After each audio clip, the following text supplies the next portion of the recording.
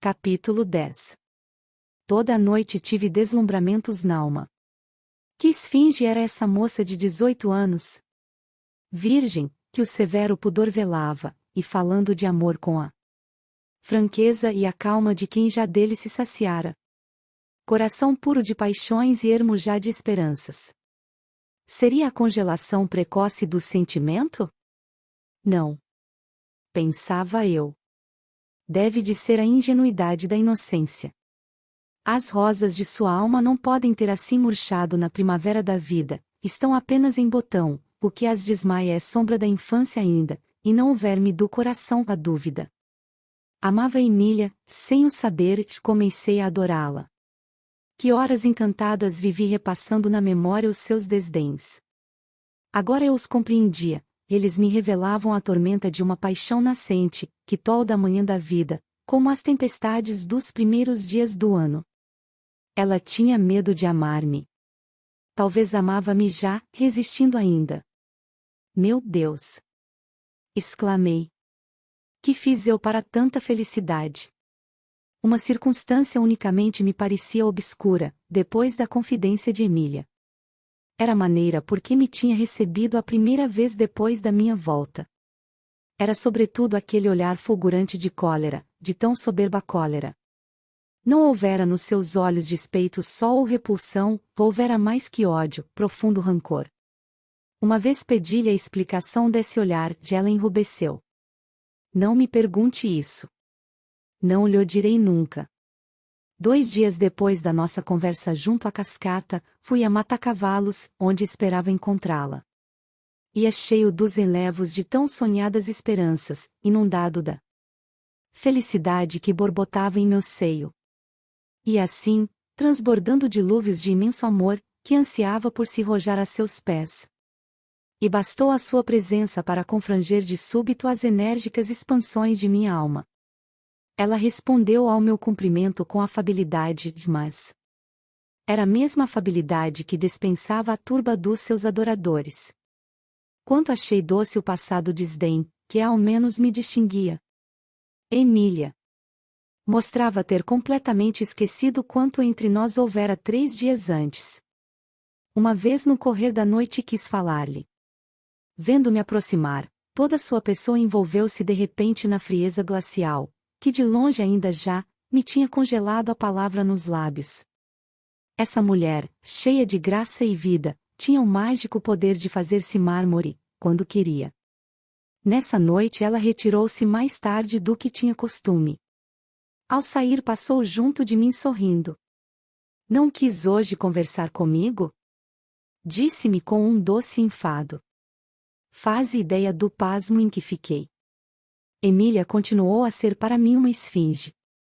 Animado por aquela palavra afetuosa tornei-me assíduo junto dela, porém encontrava sempre o mesmo acolhimento, de gelo na fronte, e sarcasmo no lábio. Era quando eu menos esperava, nalgum momento em que nos achávamos sós, que ela vertia sobre mim, num olhar ou numa palavra, a ternura de sua alma.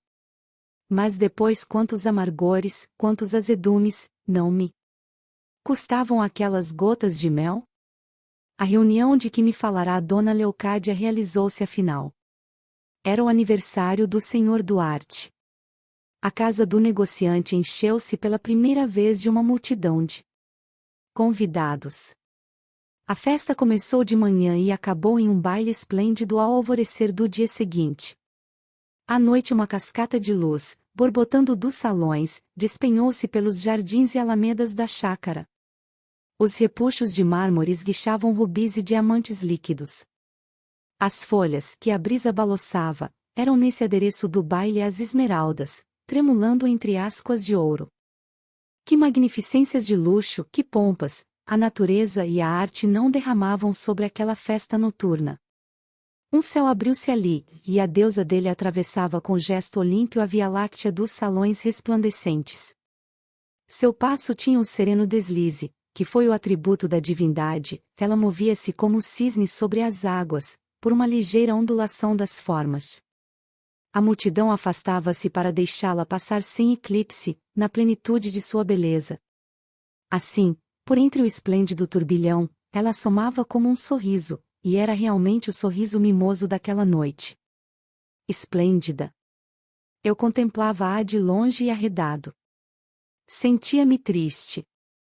O dia inteiro, Emília, absorvida pela festa, nem sequer notara minha presença.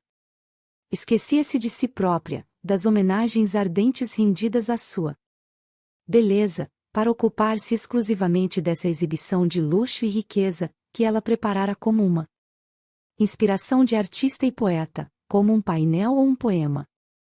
Foi só quando o edifício iluminou-se e a orquestra derramou torrentes de harmonia, que Emília recolheu em si. Sem dúvida nesse momento ela deixou de ser artista para ser mulher. Vi algum tempo absorta e isolada em sua alma, no meio da turba de adoradores. De repente sobressaltou-se, como uma estrela, que se desnubla em noite límpida, começou a cintilar. A quadrilha a chamava. Ela atravessou a sala, semeando sorrisos e enlevos n'alma daquela multidão estática, e desapareceu. Fiquei onde estava, e sem ânimo de segui-la. Eram 11 horas já.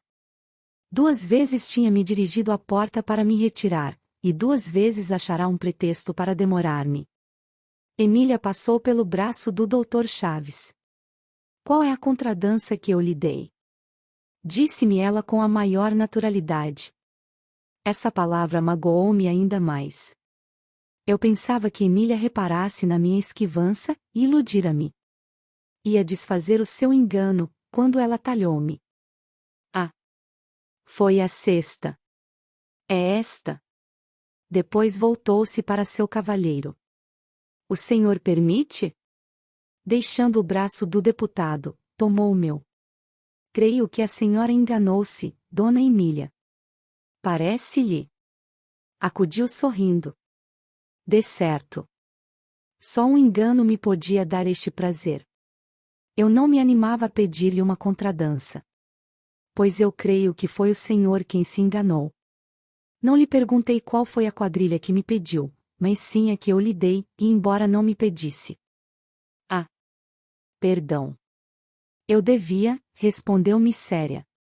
Lembre-se. Era uma reparação. Embora. Como me podia eu supor tão feliz? Por quê? Por dançar uma contradança comigo? Disse ela rindo. Meu Deus! O que é essa felicidade que os outros acham em coisas tão pequenas e eu?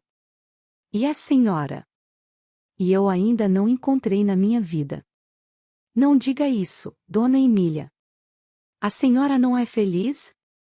Tínhamos chegado ao terraço, onde as luzes, brilhando entre as grandes folhas das palmeiras imperiais agitadas pela brisa, faziam sobre o pavimento uma ondulação constante de claros e sombras. Algumas flores de magnólia exalavam para nós o seu fresco perfume. Não, não sou feliz, disse Emília, descaindo-lhe a fronte. Nada daquilo em que o mundo pensa que está a felicidade, nada me falta, e eu não a tenho, não sei achá-la onde todos encontram a cada momento. Às vezes, quantas? Sinto quer que seja, uma ligeira emoção, como um sorriso que vem despontando em minha alma. Talvez a felicidade, digo baixinho, e fico muda e estática para não perturbar dentro em mim esse débil raio que vai nascendo. Mas de repente some-se tudo, como se um abismo se abrisse, procuro minha alma nesse vácuo imenso, e não a sinto. Emília falará maviosa e triste, nesse momento ela pôs os olhos em mim e sorriu. Se isto fosse uma enfermidade, o Senhor curava-me, mas não é. E quem sabe? Talvez seja.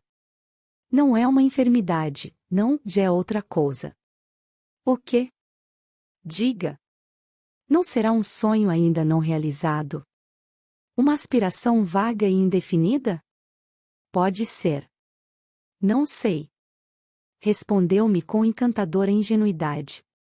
Meu coração abriu-se de novo à doce esperança, que dele se partirá. Depois desse baile, a casa de Duarte recebeu todos os domingos a sociedade que Dona Matilde reunia habitualmente nas quintas-feiras. Encontrava-me pois com Emília 2 dias na semana, além das visitas que algumas tardes fazia ao Rio Comprido.